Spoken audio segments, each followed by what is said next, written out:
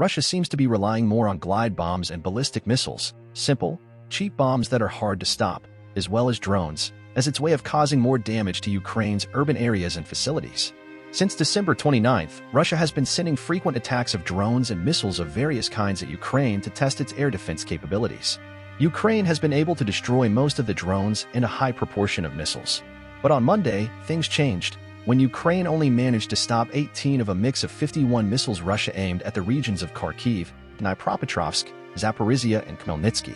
The ones that got past killed at least 4 civilians. One of the reasons for Russia's success seemed to be the use of 6 Iskander and 8 Kinzhal ballistic missiles.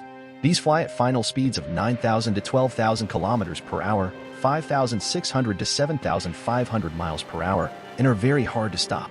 Unlike cruise missiles, they can also resist electronic warfare that affects GPS guidance because they have inertial guidance systems that navigate by calculating their position. Another reason for Russia's success seemed to be that it had found gaps in Ukraine's air defense over days of attacks. Ukrainian Air Force spokesman Yuri Ignat said these 2 reasons accounted for the low kill rate on Monday. The explanation is simple. They were flying on a ballistic trajectory and into the regions where we can't shoot them down, Ignat said. Short-range ballistic missiles appear to be more effective at penetrating or avoiding Ukrainian air defenses, said the Institute for the Study of War, a Washington-based think tank. Ukrainian air defenses have intercepted 149 of a reported 166 Russian cruise missiles and intensified attacks since December 29th, but have only intercepted a handful of the ballistic missiles that Russia has launched at Ukraine in the same period, it said. According to the ISW, Russia has a limited production capacity of about 42 Iskander missiles and 4 Kinzhal missiles a month, and was seeking the help of Iran and North Korea to flood Ukraine with firepower. U.S. National Security spokesman John Kirby said at a White House briefing on January 4th that Russia had fired North Korean ballistic missiles at Ukraine on December 30th and January 2nd. Ukraine confirmed this. There is no longer any disguise. As part of its outright genocidal war, the Russian Federation for the first time struck at the territory of Ukraine with missiles received from North Korea, said Mikhailo Podolyak, an advisor to Ukrainian President Volodymyr Zelensky. A weapons expert told Reuters that the missile appeared to be a North Korean KN-23. We are deeply concerned about the security implications that this cooperation has in Europe, on the Korean Peninsula, across the Indo-Pacific region, and around the world, said a joint statement signed by the United States, United Kingdom, the European Union, Australia, Germany, Canada, and nearly 40 other partner nations. There was further concern that Russian negotiations to acquire close-range ballistic missiles from Iran are actively advancing, Kirby told journalists. Russia has been developing and testing new weapons that could pose a serious threat to Ukraine's defenses. According to Russia, it has the option to exchange its long-range, nuclear-capable ballistic missiles with North Korea, which has shown interest in them since last October. Another weapon that Russia has used successfully against Ukraine's front lines in recent months is the glide bomb. This is a free-fall bomb that can be launched from the air and has adjustable fins that allow it to fly farther and steer itself. Unlike guided missiles, glide bombs are cheaper to make and cannot be jammed. However, glide bombs have a drawback.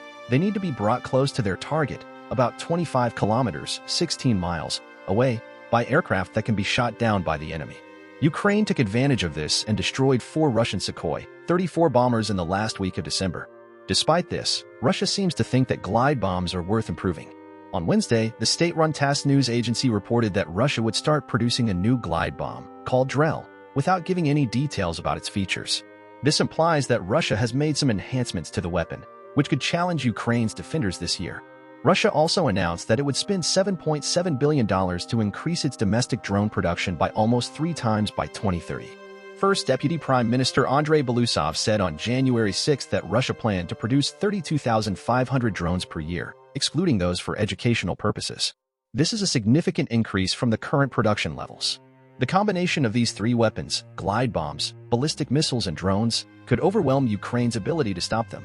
Ukrainian Air Force spokesman Yuri Ignat admitted at a news conference on Tuesday that Ukraine had a shortage of anti-aircraft missiles after Russia had fired about 500 missiles and drones in a few days, depleting Ukraine's intercept missiles.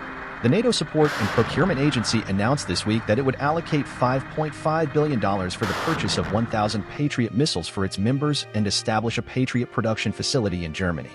However, it was unclear whether Ukraine would receive any of the new missiles. Ukraine has been using mobile air defense units mounted on pickup trucks to increase its effectiveness against Shahid drones. These units vary from advanced man-portable air defense missiles to simple World War II-era MG-42 heavy machine guns. Ukraine has also attacked Russian military facilities from a distance, focusing especially on the Sakei airfield in Crimea.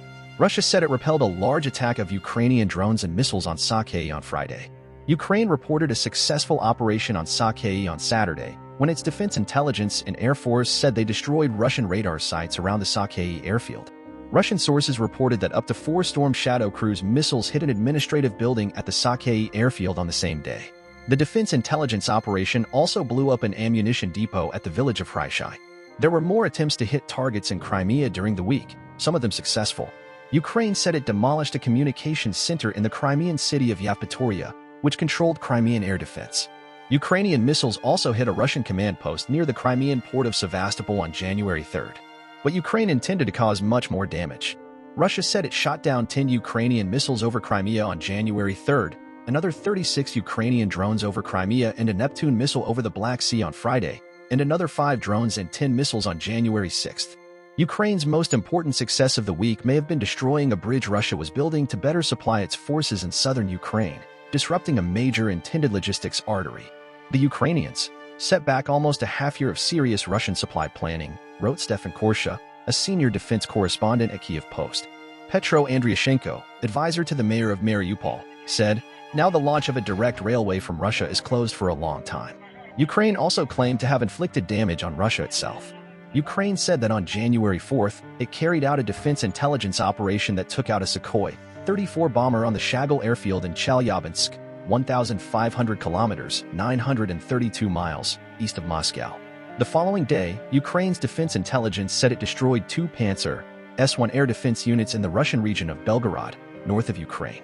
On Monday, a section of railway near the city of Nizhny Tagil, 1,400 kilometers, 870 miles, east of Moscow, was hit by an explosion, according to Russian media reports. Russia said it shot down 10 airborne targets over Belgorod on January 4th.